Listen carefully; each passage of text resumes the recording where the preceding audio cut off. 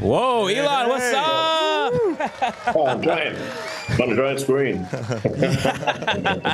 Yeah, it actually kind of looks like Mars in some ways. It does. Well, it's just Perseverance. Is that a cap right there too? I mean, that's the Perseverance rover. It's a Perseverance rover on Mars. Oh my gosh, that's awesome. Yeah. Well, first off, Elon, thanks for coming to the X Takeover, formerly Tesla Takeover, for the second year in a row. You're welcome. Well, let's kick things off. Let's start off with really your baby, the Starship. Starship is the most ambitious rocket ever built. What's been harder than expected, and what's the next milestone we should watch for? Well, I thought everything would be hard, so it's not like I was like. It would be easy. Yeah. It's just, I mean, Starship is a crazy program on so many levels because if you've got something with 2.5, and future versions will be 3 times the thrust of the Saturn V moon rocket, which was previously the largest rocket and largest flying object ever made. So Starship is 3 times the thrust, roughly twice the weight of the next largest flying object ever made, and has the goal of being fully and rapidly reusable. So this is a really crazy thing to do. I think it's really one of the hardest engineering challenges that exists. When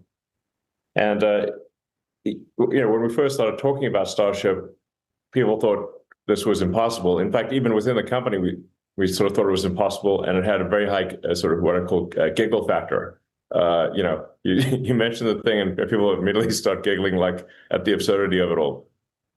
But now it's gone from, as I say, I guess I specialize in in going from the impossible to the merely late. So that's my skill. It wasn't possible. Now it's just late. And I encourage anyone who's interested to go and visit Starbase in South Texas. It's like a magical land with gigantic rockets. I think some of you have it's insane. It's very inspiring. It's like a take friends and family. It's on a major highway, so you can see things quite close up, and really get a sense for the scale of the rocket and the factory and everything. So it's very cool.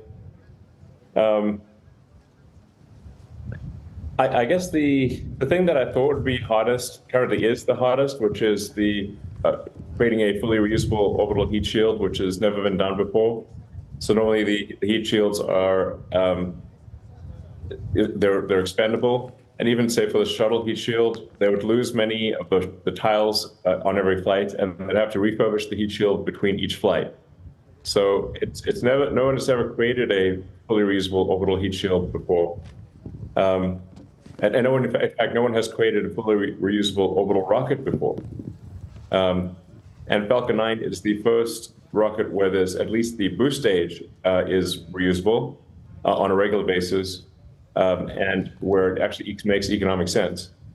So solving the heat shield problem is, I think, probably the single biggest remaining challenge for Starship. And then, of course, getting the upper stage for the ship to land and also get caught by the giant metal chopsticks, which looks like a sci-fi movie. It looks like an improbable sci-fi movie. The whole thing. Chopsticks, literally catching it. Yeah, giant metal chopsticks. That's it's pretty wild to be catching the largest flying object ever made with metal chopsticks out of the air. But I'm hopeful that the ship will be recovered maybe this year, but certainly I'd say in the first half of next year. And then there'll be further improvements to make the ship and the booster not just reusable, but fully and rapidly reusable, which will actually drop the cost per flight, cost per ton of payload of Starship below that of a Falcon 1 rocket, of an expendable Falcon 1. so that getting 100 tons or more to orbit of useful payload will cost less than a rocket that would ordinarily deliver half a ton. That was Falcon 1. And it's because all you're doing is replacing the fuel and oxygen in the rocket as opposed to building a new rocket. And most of the propellant is actually oxygen, not fuel. It's almost 80% oxygen, 20% fuel. Then the next big technology challenge after being able to achieve full reuse of the ship is orbital refilling, where we actually refill propellant from orbit, like aerial refueling. In this case, it's orbital refilling. I say refilling, not refueling, because most of what's transferred is actually liquid oxygen as opposed to fuel. So for orbital refilling, you need to have 2 starships come together and dock and transfer propellant from one starship to another, and then in the future to an orbital propellant depot. Yeah, so that's the situation. Doesn't sound hard. I mean, it is very achievable. There's nothing. Nothing impossible is being talked about here, but it is very tricky to do, and no other organization is even trying to do this. It's not like well, who else is trying to do this? Well, nobody actually. So, in fact, even after all these years, there's still no company that's reusing a booster. So no one's even tried to do Falcon 9 level reusability, even though we've shown that it clearly makes a ton of sense, because compare the cost of any form of transport, where if you have to throw away the item afterwards, like if every time you drove somewhere you had to throw away the car, you'd be, wow, that's a crazy car where you have to throw away after every time you drive it. But that's how it works for rockets. So that is really, I don't think anyone would be driving a car if you have to buy a new car every time you drove somewhere, and then you have to tow another car behind you for the return journey. Elon, what does a... So, yeah. Yeah. So talk about the impossible, Elon. What does a self-sustaining city on Mars actually look like? How many people? What kind of economy? What kind of governance? Well, governance will be up to the Martians, but we have some sort of artist's impressions of what a Mars city would look like. And I don't really know, to be honest. Except that Mars is not yet at the point where it's sort of terraformed, where you could live outdoors. So you'd have to live initially in glass domes or something like that, and then you could walk outside with a Mars suit, but you could not walk outside without a Mars suit.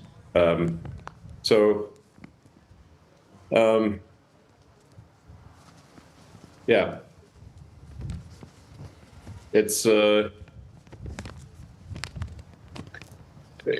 I should also say, like maybe explain for those who haven't heard it, like why is it worth doing something like this?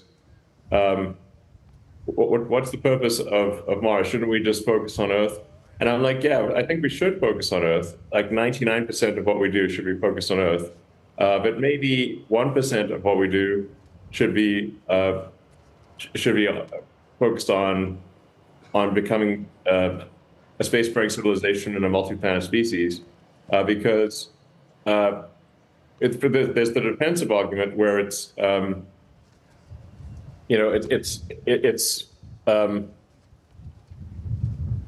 if something were to happen to Earth and that destroyed civilization, this could be World War III, or it could be a meteor like the one that destroyed the dinosaurs, then we want to make sure that the tiny candle of consciousness that exists with humanity does not go out. And so I think it's important to be a multi-planet species to ensure the long-term survival of consciousness and all the life forms that we have here on Earth. So, and you know, the other life forms can't extend life to another planet, but we can do it for them. We can bring the other. Oh shit. And to be clear, I'm an optimist. I mean, I think the most likely outcome is that the future will be good, but there's a small chance that that something will go wrong. And if so, we don't want the light of consciousness to go out on we want the light of consciousness to continue. So that's kind of the defensive argument. And then then there's also the sort of the inspiration argument, which is that life can't be just about solving one sort of miserable problem.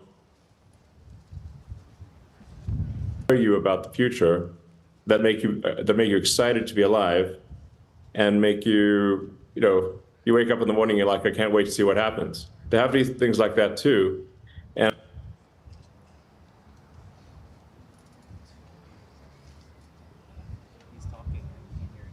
what they learn is everyone on Earth. Just like the Apollo program was inspiring to everyone on Earth. Whether you went there, obviously very few people went there, but it was, in a way, we all vicariously went to the moon. And it was a great achievement of humanity, and it was very inspiring to people all around the world. So, and learning more about the nature of the universe and seeing what's happening out there, even if you don't go yourself, is still very inspiring. So, I think those are all things that matter a lot. Yeah, I mean, it's truly inspiring what SpaceX and even Tesla are doing. Do you ever foresee SpaceX And going...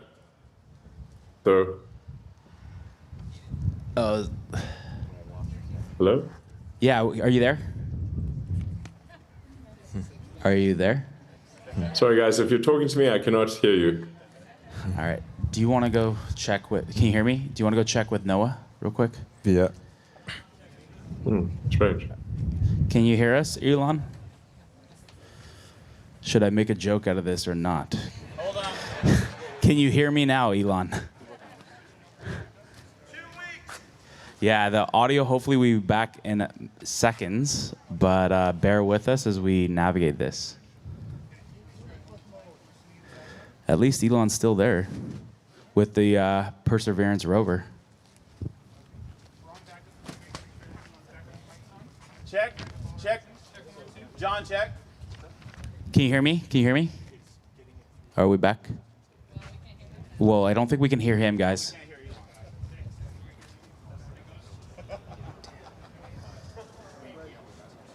People are waving at you, Elon, if you can't see them, but... Yeah, sorry about these audio difficulties. Hopefully we can get this up and running. Can you hear me? Are you there? Can you hear me? Yeah. Okay. I was going to ask you to dance while you were waiting silently, but, figured we'd wait for that. I'm joking. Did you hear what I said earlier?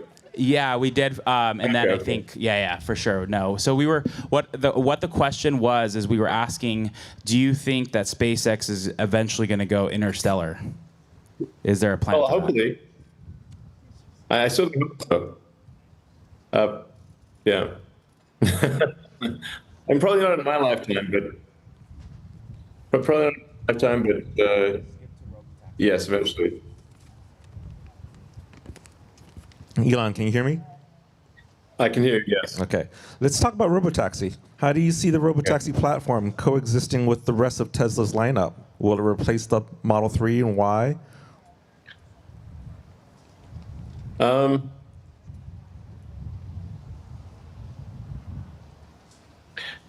Well, this Cybercab, which is a two-seater, and that would not replace the 3 and Y, because 3 and Y have a 4-seater and 6-seater capability. So I think you'd find that the Cybercab would be for 1 or 2 passengers, and then dynamically it would call the Model 3 or Y for 4 passengers or Y for 6 passengers. And and then we'll have the larger vehicles. But I mean, this is not the forum for making our product announcements. To be totally honest, Yeah, no worries. I got to be, a little careful here about what I say. We got you. Does Tesla plan on owning a large fleet of robo-taxis? And then when will private citizens be able to go on the Tesla network? Yes, Tesla will own some of the fleet will be Tesla owned, and some of the fleet will be customer owned. So you could think of it as a model kind of like maybe some combination of Uber and Airbnb, where some people own the cars and then add or subtract them to the fleet, and some cars are owned by Tesla directly.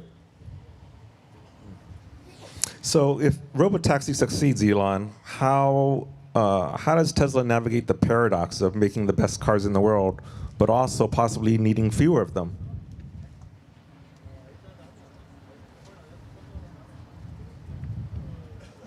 Well, hey guys, it's tough for me to answer questions because Tesla's a publicly traded company, and so this is the most interesting questions you'd want to ask me are the questions I can't really answer. Yeah. No, yeah, of course. No, we definitely don't want to put you on the spot there. So I think you posted a week or two ago about, and even Lars mentioned it, about just the Roadster program and how it's still active. What can you tell us about its current development status? Well, we're aiming for a demonstration at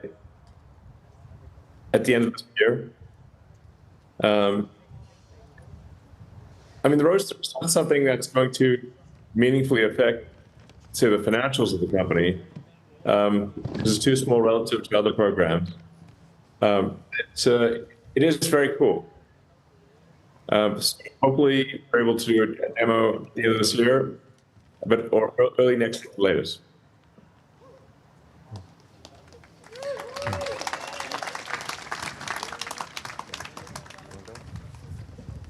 You said that Optimus could be more valuable than Tesla's entire automotive business. Yes. What's the roadmap from where we are today to widespread deployment? Again, you're really asking me for questions that are highly sensitive to the value of the company, and so that's not really something I can answer. All right. The current design, the version 3 of Optimus, I think is the right design to go to volume production. But it is a significant redesign from version 2. So, in fact, almost nothing stays the same. So I'm really faced with a choice of, should we make several thousand version 2 Optimus robots when we know the design can be much better, or should we pause, do version 3, which is much better, and we would maybe have, I don't know, a few hundred robots instead of a few thousand robots by the end of this year. And I think the right decision was to go with version 3 and then scale production significantly next year. Now, in terms of the value of Optimus, you really need to think of the basic question of who wouldn't want their own personal C-3PO R2-D2? I think we all we do. want that. I mean, let's ask the crowd. Would you guys like? Do you guys want an Optimus? Yeah. Exactly. It'd be very cool. And it would actually be, by the way, much better than in functionality than C3PO and R2D2. So it would be super useful. So I think basically everyone on Earth is going to want one, and then you're going to have a bunch in industry. So that's why I think it's probably the world's biggest product, because there's at least a market for probably 20 billion. Maybe it could be 50 billion. I don't know, a lot. So, hypothetically, if Tesla was making 1 billion of these a year at scale, and at scale, the cost gets lower and lower. So maybe it'd be like on the order of $50,000. I'm just guessing there. And, that's 30 trillion in revenue. Insane. So, that's a long way to go between here and making 1 billion robots a year. Yeah.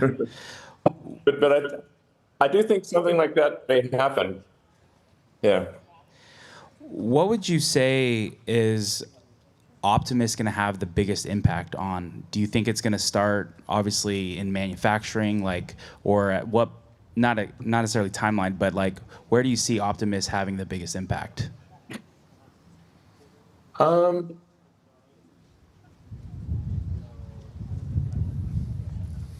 initially it would go to very high value things.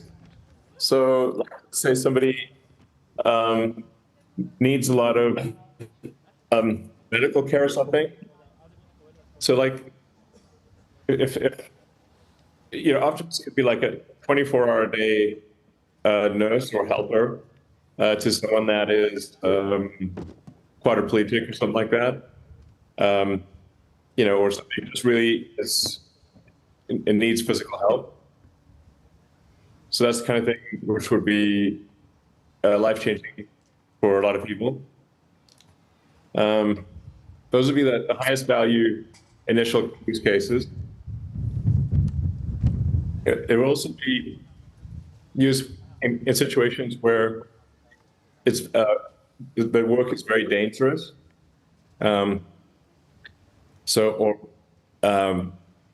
there's a lot of repetitive tasks, but like any work that risks life or some kind of injury would be a good initial use case for Optimus.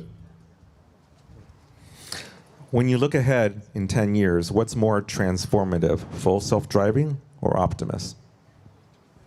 Optimus. Seems like that was an easy one. Yeah. You've Well, and I do emphasize, it's very hard to do. So it's not like it just it's a hard thing to do. Yeah.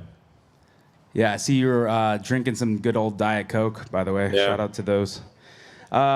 You've hinted that we may reach digital superintelligence this year or next. How will we know that we've crossed that line, and what does day one of AGI really look like? Well, I'm not sure it's like a massive. It may be less profound than at least at first it will be less profound. Like what AI has not done yet is invent new technologies that are useful. So it hasn't discovered new physics, and it has not invented technologies that are useful. But I think that is something that will happen. Yeah. If Grok becomes smarter than any human, what role do we play? Are we co-pilots, overseers, or just legacy code? Well, it won't just be Grok. There will be many AI.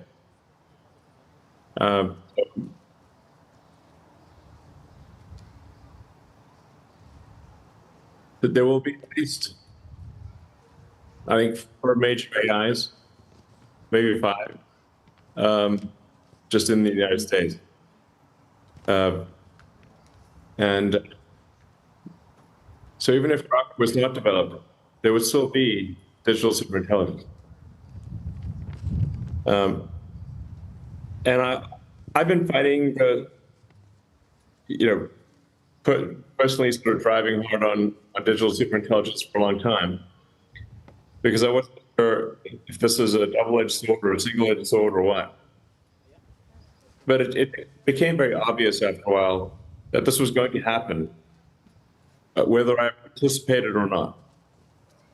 So therefore, I had a choice of either be a spectator or a participant, but that it was going to happen with or without me. So then I think, well, okay, I'd rather be a participant than a spectator. And I can try to focus on AI safety, which, in my view, and I've thought about this for a long time, is that the most important thing for AI safety is to be maximally truth-seeking, which means often like saying things that are maybe politically incorrect, but actually factually correct. And also, there'll be mistakes that are made, then admitting the mistakes and taking corrective action. And Grok still has a long way to go to be maximally truth-seeking. But I think this goal is also consistent with inventing new technologies, solving medical problems. If you want to cure cancer, you have to be maximally truth-seeking to understand what the root cause is, for example. So I think that's actually very fundamental, both for safety and for usefulness. And yeah, so now the economy of the future, I think, is going to look sort of quite different from where it is today. And AI and robotics, in the good scenario, which we're working towards, trying to ensure that we do have the good scenario, there will be no shortage of products and services for anyone. Like basically anyone will be able to have any products and services that they want. That's the productivity gains from AI and robotics are just astounding to think about. Like I think it could increase the size of the economy by a factor of 10 or more. Like it will eliminate poverty, and you really will be in a situation where anyone can have anything they want. The bigger challenge may be finding meaning in life. So if the robot can do anything that you can do, but maybe better, how do you find meaning in life? That may be the biggest challenge. When you think of the fact, you mentioned that, you've been holding off on, really getting involved, whether it's, participating versus being a spectator. And when you're thinking of the next couple of years of, like, let's say, not necessarily catching up, but just doubling down and really focusing on it, what are going to be your biggest focus points? Really, it's making it useful and making it safe for humanity and making it love humanity, essentially, and be, you want it to be useful and friendly. So those are the most important things. I've never seen any technology advance as fast as AI. So, and I've seen a lot of technologies advance. Yeah. So the rate of, I call it, and maybe this is a discomforting metaphor, but AI is a supersonic tsunami. Does not sound fun, but yeah. It sounds a little scary in that way, but in terms of maybe in terms of exceeding prior technologies, it's like a supersonic tsunami. And you really do need to pair AI with robotics. Yeah, I think it's crazy just how much it's advanced in just the past year or 2 years, and seeing how kids are using it, using Grok 4, Grok Voice, the companions now. Yeah. I think you've answered this before, but what keeps you up at night when you think of the future of AI? And now that you're doubling down and really just going wartime mode right now on just tackling these issues, what is something that keeps you up at night?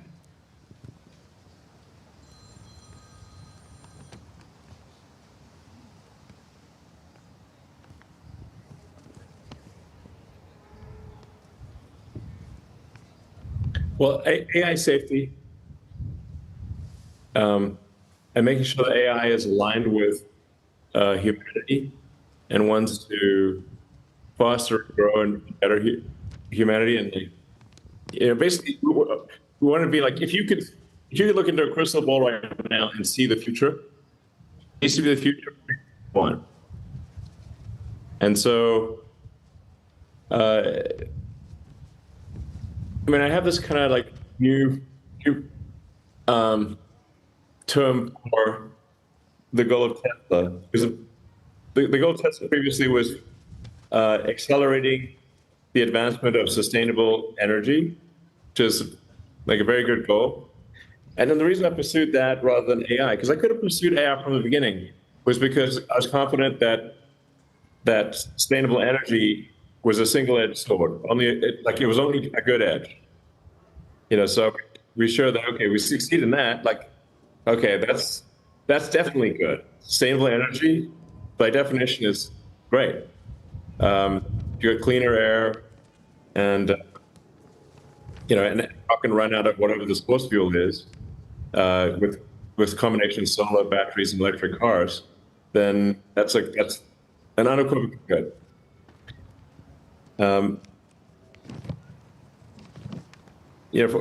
For AI, like I said, it is more of a double-edged sword risk. But I think it most likely will be good, and most likely will bring immense prosperity. And it's going to figure out how to cure every disease. And it's probably going to be awesome.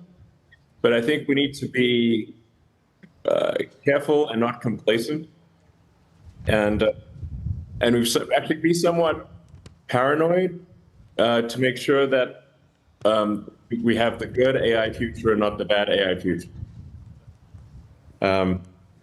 So I mean, from a Tesla stock standpoint, I think stock with autonomous cars, and especially with Optimus, it does go to sort of crazy levels. I'd always recommend like looking at Cathie Wood and ARK Invest's analysis. They've been right in the past, and I think they're right this time.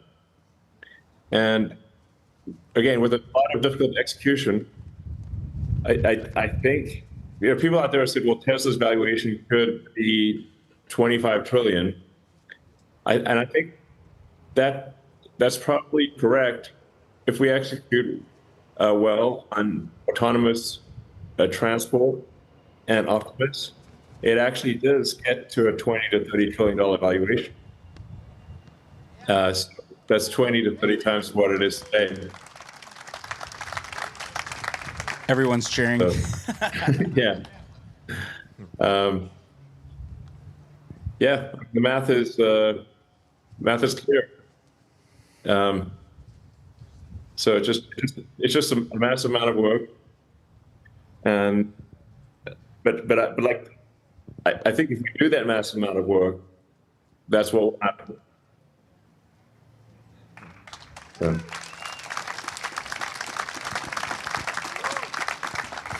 Elon, let's talk about Neuralink.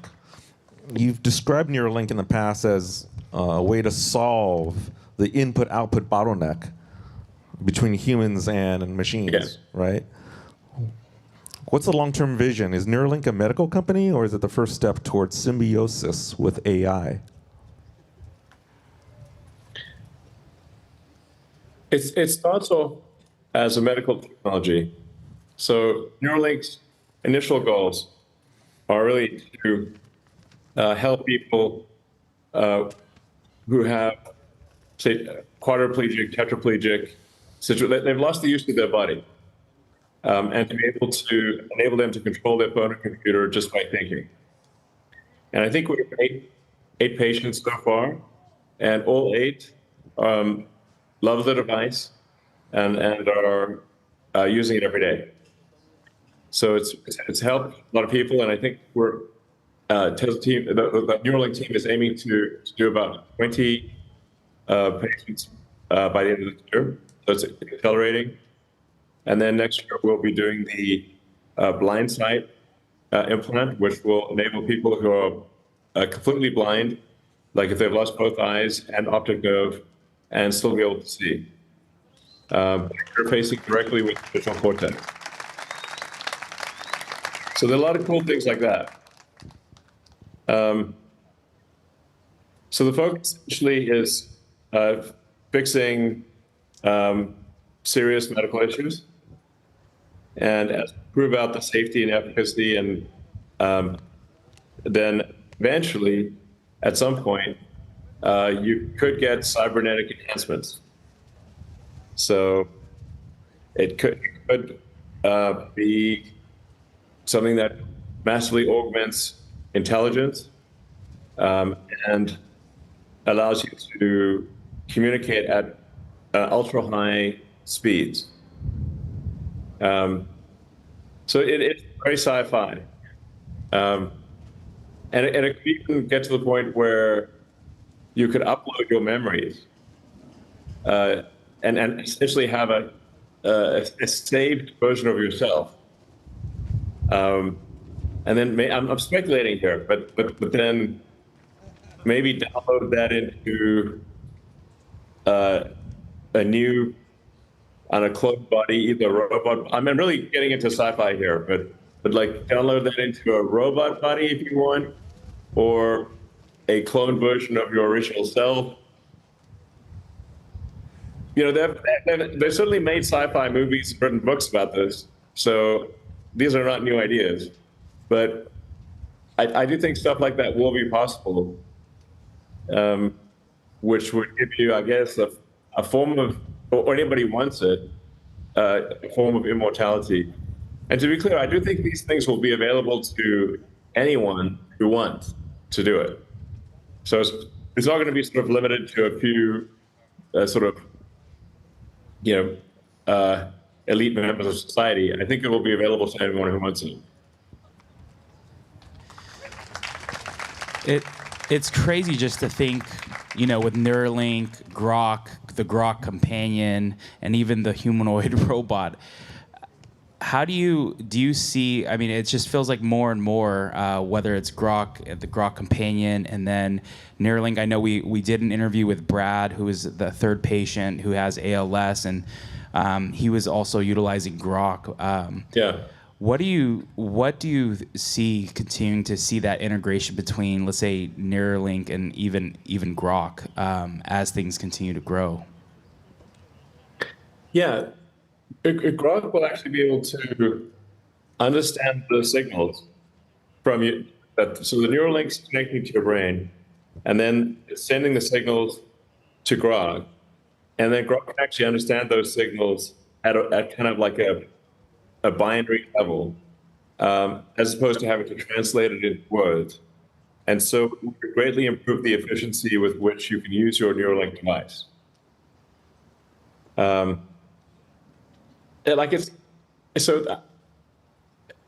mean, we're really getting into some interesting philosophical questions, or interesting questions. Like, if you think about how much your mental capacity, your mind is used to take a complex thought or image in your mind and translate that into words. And it's very lofty, because how can you really, just with words, convey, say, an image that you have in your mind? It's very difficult to do so. And if you're not an artist, it's actually very difficult to actually get the image from your mind onto a computer or paper. But the computer could do that. You could say, okay, this is the image that you want to produce, and well, let's say that, like, there's a complex series of concepts that you want to convey to someone else, and if both people have a neural link, you'll be able to convey a complex series of ideas, uncompressed in their full form, to someone else's mind, as opposed to reducing complex concepts down to a few sentences and trying to get someone else to hear what those sentences are, decompress those sentences in their mind, and try to understand the concepts that are in your mind. So this is why I call it conceptual telepathy. So this would greatly improve communication and understanding between humans. You've mentioned restoring vision and mobility, but the idea of writing to the brain And hearing too, sorry. So it's like, basically, if there's any sense or brain injury, in principle, that sensory function or that brain injury can be solved with a Neuralink. So that includes hearing, sight, smell. I don't know, people, not many people have lost their sense of smell, but feeling. It could be like if somebody has a stroke and they've lost the ability to move their left arm, a Neuralink could restore that ability. It's really a very powerful general purpose input-output device that can address, over time, any brain or neurological issue. So if somebody's having seizures, it could actually stop the seizures. It could, I think, probably fix schizophrenia. There's a lot of things that could, like, in principle, it could fix basically anything that's to do with the brain or neurons or your senses. Is there anything that would be like, is there a most difficult problem to solve in that space then? Because technically a lot of it could be solved. Is there something that would, maybe you would see bigger blockers on trying to solve as far as fixing those problems? I'm not aware of blockers right now. It's just that when you're putting devices in humans, you have to be very careful and to make sure that no damage is done and that the implant works and without any negative side effects. And so far, knock on wood, we're batting 1,000 here, and patients have the devices have worked and there have been no meaningful side effect. So it's really just, it's pretty cool, but it's just, in order to be safe, that does slow us down. And of course, we interact very closely with the FDA and for approvals and stuff. So it's not just Neuralink in a vacuum here. It's with regulatory approval from the FDA. So and then you do need different variants of Neuralink device for solving different things. So, for example, for the telepathy product, which is what we have in the 8 patients so far, that interfaces with the motor cortex in the brain. So it's like literally, it's someone will think about moving their hand. Neuralink device will read that signal in the motor cortex and then move the mouse on their computer. And then for sight, it's a different thing because you've got to stimulate the visual cortex, and the visual cortex is in a different location, and it's a little deeper. So you've got to put the electrodes a little bit deeper to reach the visual cortex. And in this case, it's not reading, it's writing. It's effectively writing pixel to the visual cortex. This is something we've had working in monkeys for about 3 years now. In fact, one of our monkeys has both a telepathy implant and a blind sight implant. And he's a very happy monkey. I do want to emphasize we take great care of our animals. This is a really big deal. Because I've always said, like, imagine if we were in their position. Well, let's just do all the things that if we were in their position, we'd do. The USDA inspector that came by to check out our facilities, she said in her entire career, she's never seen a nicer monkey enclosure ever. and let me tell you, monkeys love, for the telepathy implant, monkeys are just like us. They love playing video games and eating snacks. So if you look at that video of Pager, which I think is like 4 years old now, you see he's just sitting on a branch, sipping a banana smoothie, which he gets every time he scores. He gets a sip of a smoothie, but he's not being held down. Like, he likes playing the game. So it's really just like humans, like snacks and video games, and yeah, same thing. One question I have: how does like building a humanoid robot and Neuralink intersect, if at all? I mean, what are the learnings from that? Is there any overlap? Yeah.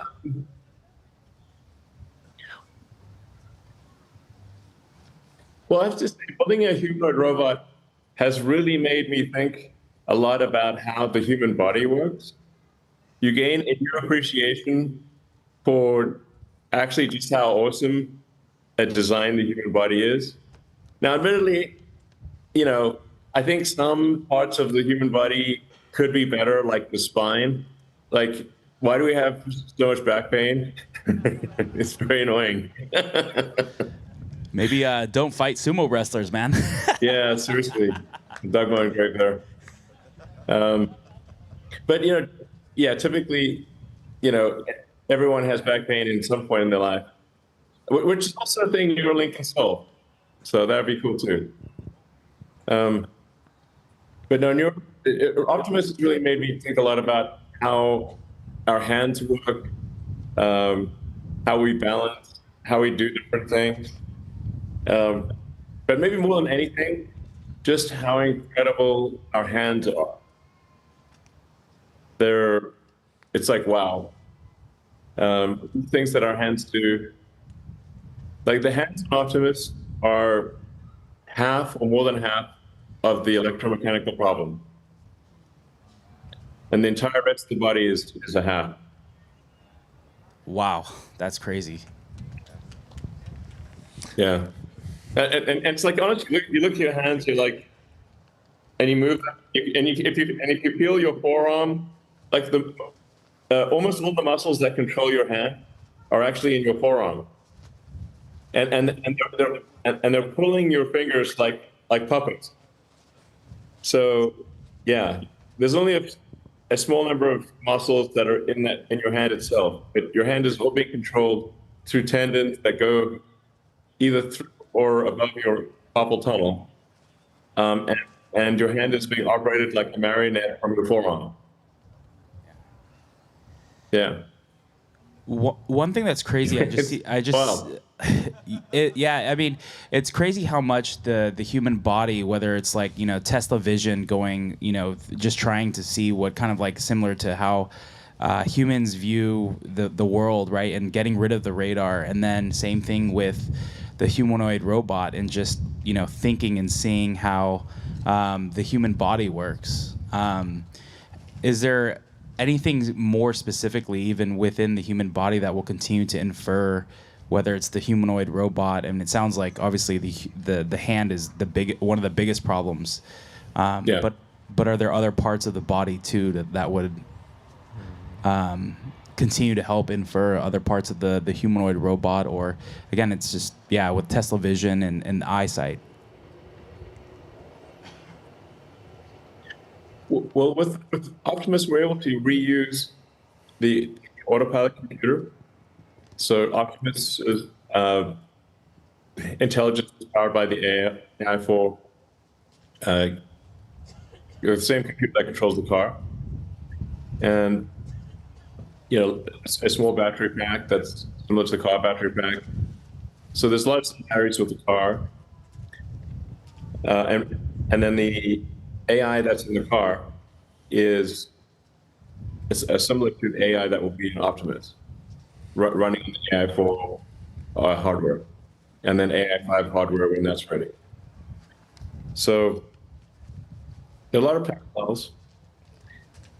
But the limiting factor is the hand. Yeah.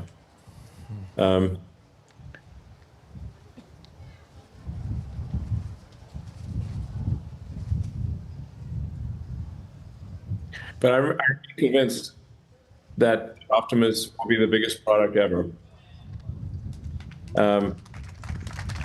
Yeah. So, and then of course, autonomy is starting to roll out. Currently in Austin, but will be in many cities throughout the United States later this year, and hopefully many countries next year. Yeah, here in the Bay Area, we have a bunch of FOMO. Everyone's looking at Austin right now. I can tell you, I always, whenever I open that Robo taxi app, man, it just, the geofence, just the figurine is insane. That's funny. Yeah. I mean, you gotta have some fun, Don't take yourself too seriously, type of thing.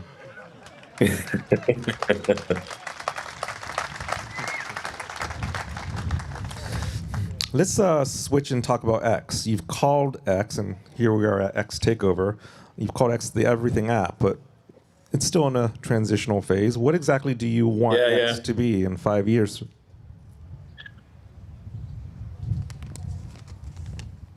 I mean, X is definitely improving. It's evolved a lot from Twitter. You only have like, short text tweets and like 2-minute videos, to the point where now you can have like 4-hour videos, and you can write a novel if you want on the system. So it's gone sort of fully multimodal, from long videos to long text to anything in between. And we're currently really improving the DM system. So the new system called XChat, which enables audio video calling. It's all fully encrypted, peer-to-peer style, like Bitcoin. And the acid test is that even if somebody puts a gun to my head, I still can't read your messages. That's the acid test. So it's like very secure, and also like you calling and video with it. And then there's the kind of X Money or X Finance release, which is hopefully only a few months away. We actually have it operating in beta within the company, and that'll be a major factor. But X is as much as possible about ensuring freedom, like freedom of speech, as much as we can within the bounds of the law, and also like aspirationally trying to reach for the truth of things. Like you see that in community notes, where community notes will correct someone, even if they're very powerful. Community notes will correct me. It'll correct presidents, CEOs, even major advertisers, and even if that costs money. So I think it's generally, there's a lot of good things that have happened. We're trying to improve the algorithm, which we know kind of sucks right now. Sorry about that. No, not at all.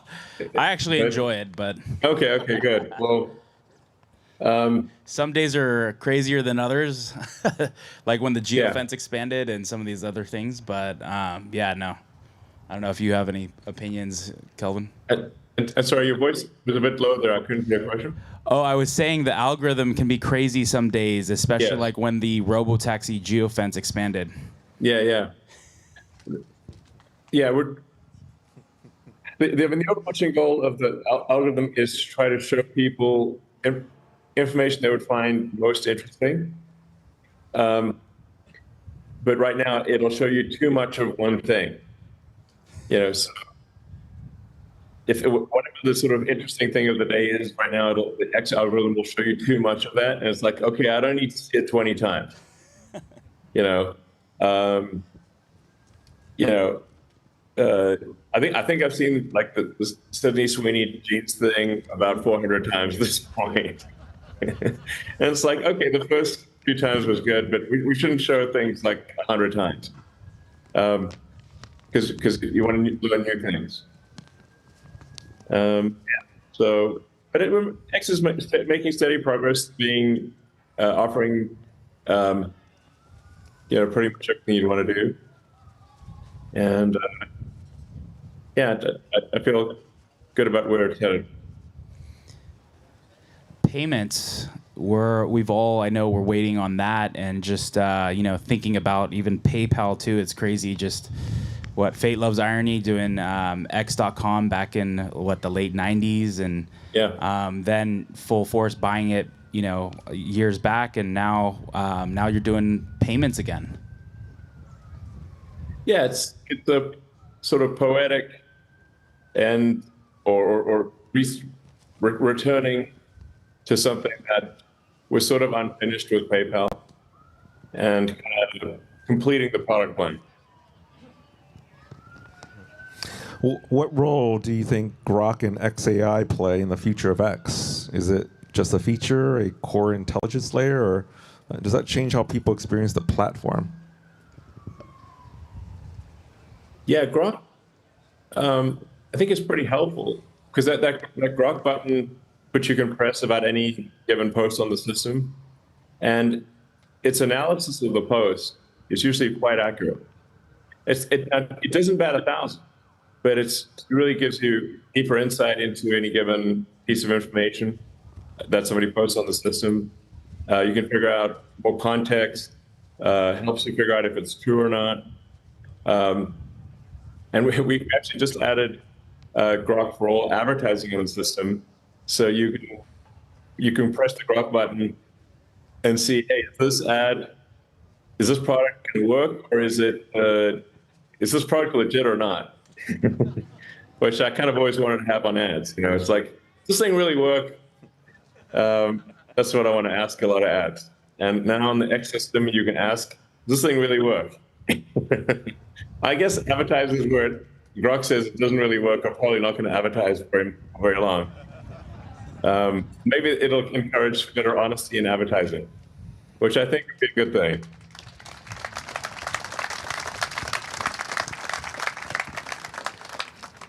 But we're just generally trying to make X a system that you can trust more than any other system. And I think it is there already. It does not say that X is perfect. It's definitely mistakes, but is there any other social media company you trust more than X? No. Nope. So it's like I'm not trusting Facebook, or I don't know, not to pick on Facebook, or whatever, but I think it's actually probably fair to say that X is the most trustworthy, or least untrustworthy, of social networks. Yeah, I think that became very apparent just when you saw, like, when you just compare of like the news during COVID and things being censored. Yeah. And just you come to X and you can find out what's really happening. Yeah. And it's real time. It's really like I would say the world's discourse in town square, right? It can sometimes be a fist fight, it feels like, but at Yeah. the same time, it's just where you can find out what's really going on. Right. And that's the goal. And I do want to emphasize, obviously, there's a long way to go. It's far from perfect, but I do think it's getting better over time. And sometimes it's 2 steps forward, 1 step back, but the trend over time, I think, is very good for X being the place where you can figure out what's really going on in the world, dig into the truth, and then you can ask Grok more. You can also learn a lot of things. So you can ask if there's a new thing that's invented or announced, you can ask Grok on the system more about it and instantly educate yourself. Yeah, I don't think I've any. And then we monitor when Grok gets things wrong, and then we feed that back into the system to make it aspirationally less wrong over time.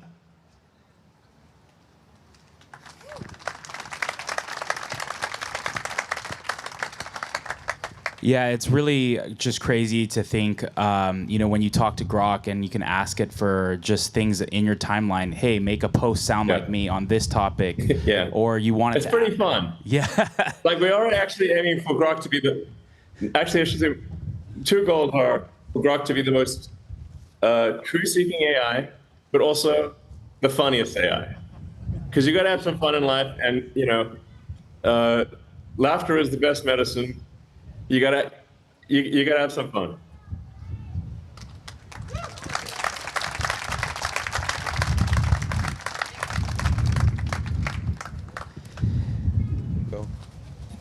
Elon, you've predicted a world of abundant energy, robotic labor, and AGI. With AI and Optimus doing, potentially a lot of things and reducing the amount of things that we're doing today, what do you think is left for humans, and really, what does that mean for in the world of artificial superintelligence? Yeah, that's a question that I struggle with, actually. So, this is part of the reason for Neuralink, which is to improve the bandwidth of communication with AI. So to help achieve a better human-AI symbiosis, so that AI knows what we want, and it can respond to collective human will. And I think things like Neuralink can actually effectively, dramatically increase our intelligence.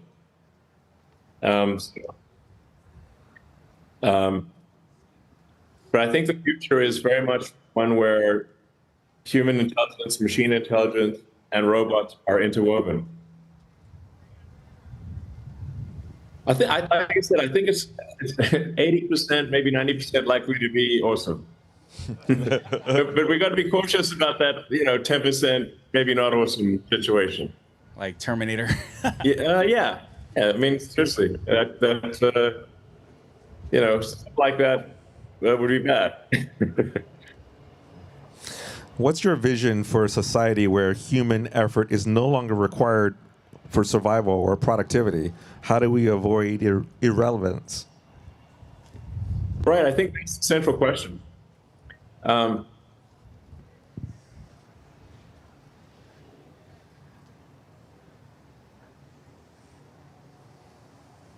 Well, if we are symbiotic with AI, where there's this essentially a merger of human and machine intelligence, then we may be able to address the relevance question.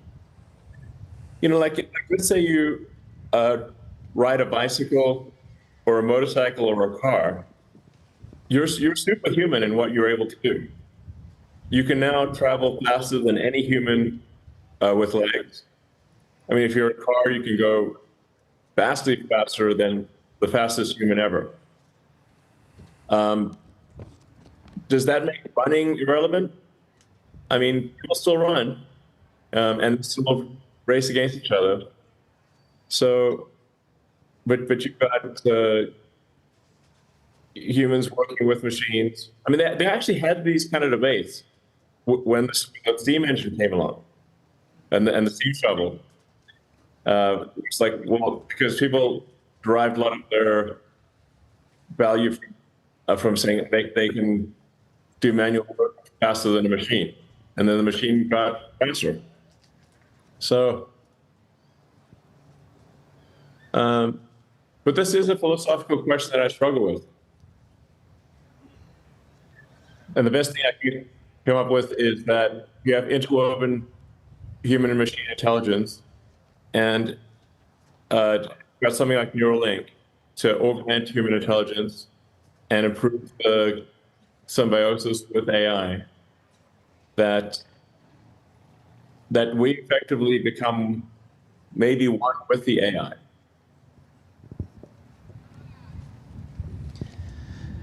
Elon, sorry, the audience was about to clap and I started talking. But Elon, you're solving, I guess, in a lot of ways, is sometimes you say, a lot of problems. And in a lot of ways, you're creating a very exciting future with reusable rockets, the mission to Mars with Starship, with the humanoid robots and how it's going to, just the impact that it'll have, and Neuralink, and seeing the impact on Nolan and Brad. What gives you hope for today, not just for humanity and civilization, but personally?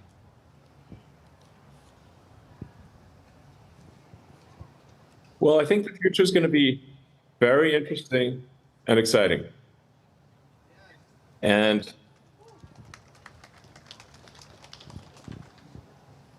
I guess I also think, would I want to be at any other point in human history? Is there some other point in human history that is more interesting than where we are today?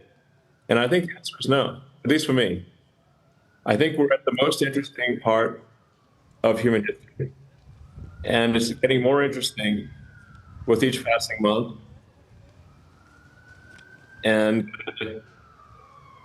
so like, okay, well, if I'm in the part of human history that is the most interesting, then I think anyone who feels that way, and I think a lot of people feel that way, that we should feel very lucky to be alive at this time, to see these amazing things happen.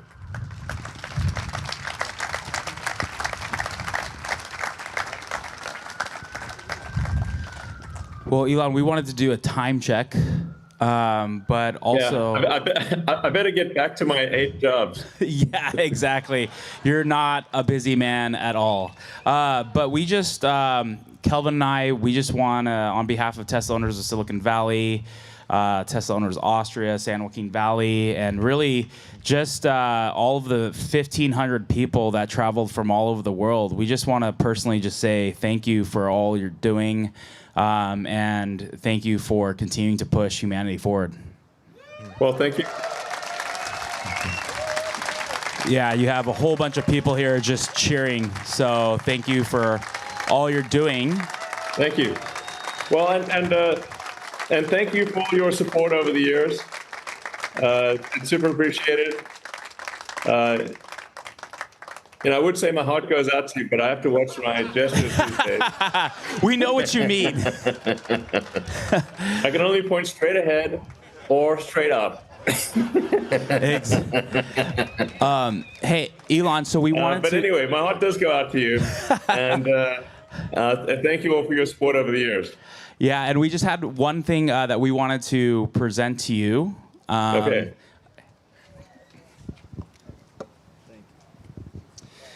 How's it going, Elon? So, on behalf of TOSV and the presenting sponsors, haha yes, we wanted to present something to you that was symbolic, meaningful, and really, these last few months have obviously been quite tumultuous for you. And so we really got creative and really, we wanted to create you something special. And so I'm going to read you something. Basically, Elon, you brought electric cars back from the dead. You made clean energy cool. You made rockets reusable. You're going to take us to Mars. You spent billions to buy Twitter and save free speech. You stopped running your empire to work for the US government for free, to reduce wasteful spending, to save the country from bankruptcy, right? Yeah. And it took a few hours for that one after the... and how were you thanked? It's like you were betrayed. You were mocked, attacked by the very people who once cheered you on. Your name dragged through the mud, your cars vandalized, your motives questioned. But that's not the full story, as I imagine many here would attest. So there are millions of people who see you for who you are. People whose lives you've touched and changed, people who believe in what you're building, people who love you and have your back. Thank you. So, thank you.